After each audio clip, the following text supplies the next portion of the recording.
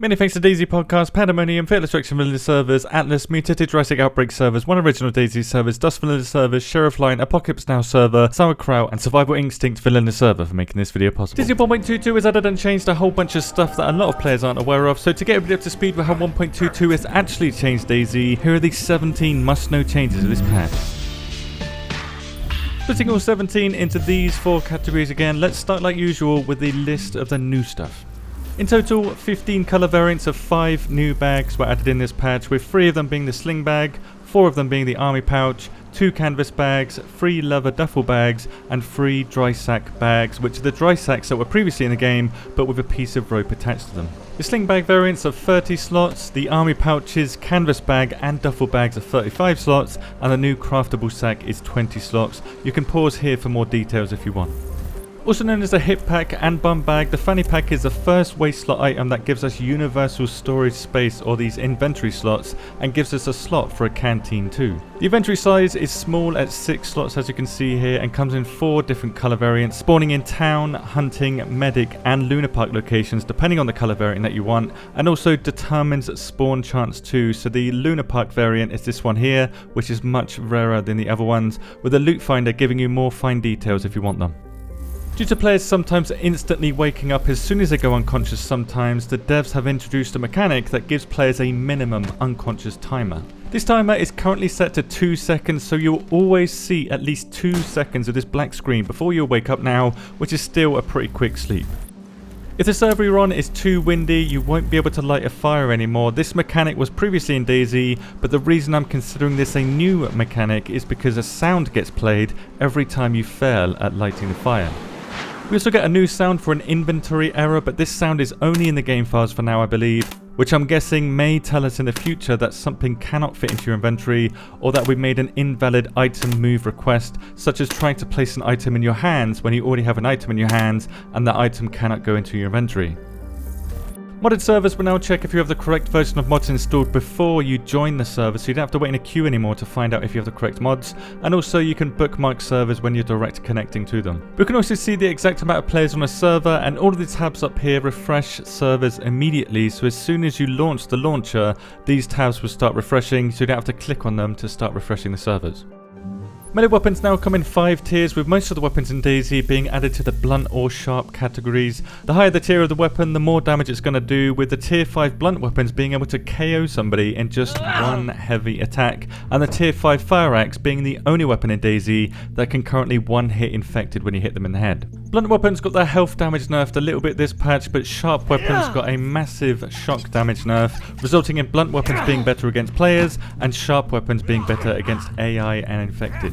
Infected on the coast now do 20% more shock damage and 60% more health damage, but military and police infected do 20% less of both. All infected will now do 3 times the damage to your clothing and armor. All of your clothing and armor will get destroyed 3 times faster by infected, with chainmail now stopping bleeds entirely from infected. It was 3% in the last patch, and clothing in general protecting us more from random bleeds during melee attacks due to a change in the formula for bleeds.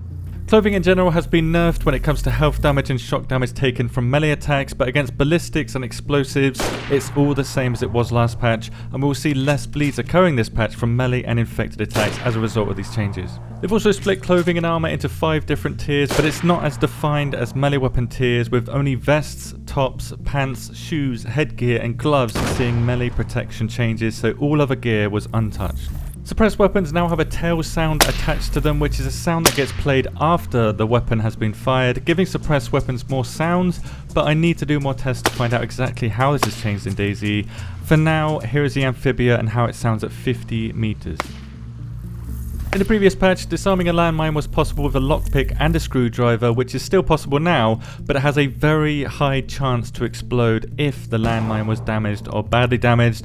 Now in 1.22, it doesn't matter how damaged the landmine is or how damaged a lockpick or screwdriver is, you cannot explode as a result of disarming a landmine. Waste slot items will now take 70% less damage than they did last patch, and waste slot items used to take damage based on any body part damage. So if for example you were shot in the foot, it would damage your belt, but now it's only the torso, so if your torso gets hit, The new hit pack, for example, will take damage and therefore the items inside will do too. However, you will likely die long before the items become ruined inside. Fire damage now appears to be an area of damage effect, damaging all items that are within a certain area of a fire attached to your character, and even the item in your hand can take damage. As you can see here, this lighter has taken damage due to me stepping on the fire. Fire damage doesn't appear to affect any item that isn't attached to your character, so you can't just drop some shoes on there and the shoes will get damaged. It has to be attached to your character and then you go on top and the shoes get damaged in that case. So only items attached to your player for now, and fire barrels can now do damage to you, and because fire barrels don't have any hitbox, or barrels in general don't have any hitbox, this means that you can take damage very easily from a fire barrel as you can magically walk through them. Drying out clothes will now take longer without a heat source. For example, leaving your wet clothes to dry out in the sun will take 65% longer, and letting them dry on your character if you run around with them on would take 35% longer without a heat source. With a heat source though, clothes will now dry 50% faster on your character. So if you're near a fire, for example, they would now dry 50% faster, but placing the wet clothes on the floor next to the fire will still be the fastest option, which didn't change when it comes to dry times in this patch. As you may have noticed, there is now a DLC advert for Livonia on the main menu of DayZ, but this may just be the beginning, as a trailer video for Livonia DLC has been added to the game files, and special code has been added to the game files for the potential of future DLCs. Make of it what you want with this code. This code looks like it might just be future proofing, but it also looks like they might be planning to add more DLCs in the future. Maybe a map, maybe something else, I don't know. Whatever they do, it's likely that they're going to expand upon this further, because at this moment in time the video cannot be played in the game at all, so this means that they have to develop this further for this video to make any sense of being added. Military backpacks, dry bags, mountain bags, hunting bags, Talon bags and child bags now spawn 20 to 50% less this patch. Basically, all larger backpacks will be much harder to find, with a lot of these backpacks I just mentioned no longer spawning in tier 1, while reducing how many backpacks spawn on infected 2. So we are definitely going to see some differences when it comes to how much loot we can store. They've also made bad melee weapons spawn more, while making good melee weapons spawn a lot less, and also items that contain fuel such as gas canisters or the power generator will have around 60% of the fuel on average that they did last patch. So instead of 100% full fuel every time, you're going to get around 60% on average.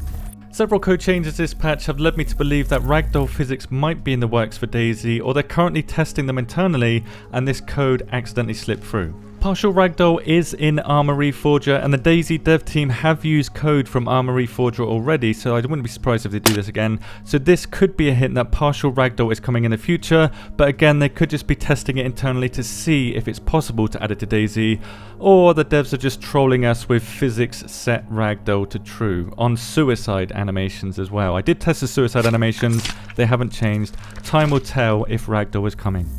A stronger hint we got this patch is a potential for a new skybox being added to DayZ, not just because the lighting on my server changed so much that it turned into frickin' Minecraft, or from the recent August wallpaper calendar that shows these beautiful clouds, but from a thread that was started on the forums very recently about volumetric clouds and how a dev posted 2 very sus GIFs. What this could mean exactly is anybody's guess, but it makes me wonder if this screenshot is legit or heavily photoshopped, because this new windmill asset is not in the game files. This looks like it might be an internal build that they're developing at the moment, and we know that the map changes are coming this year to Northwest Airfield, so tinfoil hats guys. And finally for this video, every month on Xbox, the Apocalypse Now server gives away up to $1,000 in cash event prizes. For more details on the events and how you can win them, join the Apocalypse Now server on Xbox or join their Discord using the link below. Now DayZ 1.22 isn't the biggest patch, and from your comments I can see that a lot of you aren't happy with the strange changes that were made this patch, with lackluster additions too, such as bags. But this version of the DayZ multiverse timeline has seen much worse days. If you're new to DayZ, this is actually not a bad update. I for one trust that the devs are hard at work behind the scenes creating some awesome stuff for us to play with, and the next patch, patch 1.23, is likely going to be a very spicy one. If you want to learn more about this patch though, check out my AI, melee weapon and clothing changes videos here. Thank you very much for watching and enjoy the patch.